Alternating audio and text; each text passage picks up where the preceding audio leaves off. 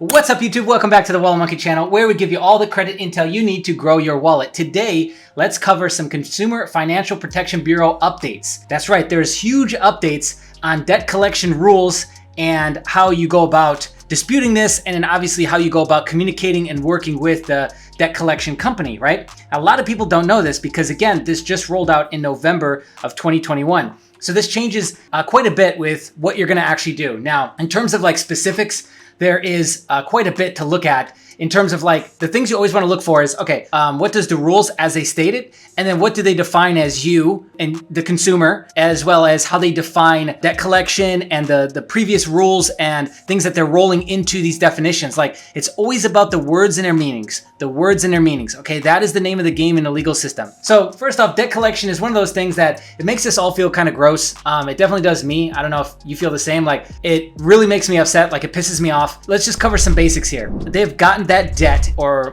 purchased that debt at a very low amount. And that amount is nowhere near what they're asking you to pay. So if that's already the case and the company's already written it off, like maybe there's a different way we could do this. I'm not saying like just free and clear, like everyone's just, hey, just write it off and, you know, oh well, and then they'll go and repeat the bad habit over again. Like, consumers, us, need to have frameworks and education around these things. Like, the reason why consumers make mistakes is because they don't know. 4 layers of knowing. You don't know what you don't know is at the bottom. And so sometimes you do know, but you do it anyway, right? And so in that instance, there needs to be education and like reform to a degree around those decisions and those bad behaviors, right? So the issue is, and this is beyond the scope of this video, is that the reform methods that we use in the United States for people who have broken the law, for people who have done dangerous things to risk their own lives and others' lives, it just doesn't really make sense, nor does it work. Okay, so here we are yet again with another piece and another extension of that, a thing that doesn't really work. Debt collection is a pretty good scam. Let's admit it. And yes, it does make me upset because I don't like bullies, and I see this as a means of a company and people within that company to like get off on bullying people, thinking that they have power. So how I can help you and how we can get back at them is by raising the awareness, by raising the education level. All right, so the first thing you usually do when you get the email or you get a phone call of a debt collection, hang up on them first off, or tell them, hey, you can't communicate with me this way, communicate with me via email. You know, if that's my email, then I'll communicate with you there, right? So it's not really, you don't want to get into a full-blown conversation, especially if you don't know how to communicate in these situations. So the first thing that you want to do is, once you've gotten that and they say, hey, you owe this, right? You want to request a debt collection validation notice. So a lot of times what used to work is you would get back something that just said verified or validated or something, and you have no clue what process they went through to get it. Well, I'm here to tell you that a lot of times they didn't use the proper process. All that being said, we now have got new information and we can do new things with that. Okay, when a debt collector first communicates with you or shortly thereafter, they're generally required to provide certain information about the debt. It's called a validation notice. Name and mailing information of the debt collector, name of the creditor to whom the debt is owed, account number, if any, associated with the debt, and itemization of the current amount of debt that reflects interest, fees, payments, and credits since the particular date that you may be able to recognize to verify with records, the current amount of debt as of when the validation notice is provided, information about your debt collection rights, including how to dispute the debt. Notice how they didn't put contract. In old debt validation letters, even some of the ones that I've got, is one of the first things that you would ask for is like the contract, because it's like, oh, I got them, the contract. Well, that doesn't really matter anymore. The notice must include a tear-off form that you can send back to the debt collector to dispute the debt or take other actions. Must.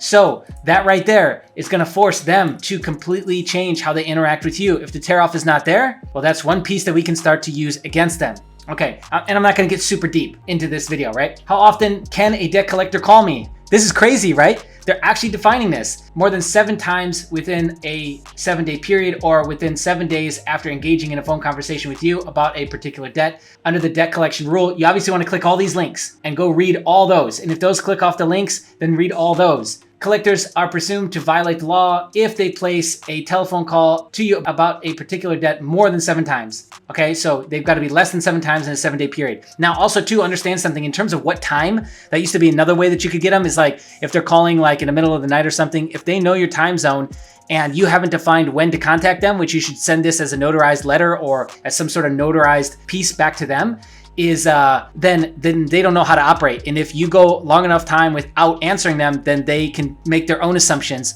and move the ball forward that way, right? When can a debt collector report my debt to a credit reporting company? They must do the following: speak to you by telephone or in person about the debt, mail a letter or send an electronic communication about the debt, wait for a reasonable amount of time, generally 14 days is accepted, in case it is returned as undeliverable. If the debt collector sends you a validation notice, it means that they've satisfied their requirement to contact you and in general can begin reporting the debt to credit reporting companies, provided they follow other laws about credit reporting. Learn more about the rule of reporting and debt collection. You want to read that because this obviously goes much, much deeper. This is like the public facing article to the actual code itself, right? So we're just breezing through this.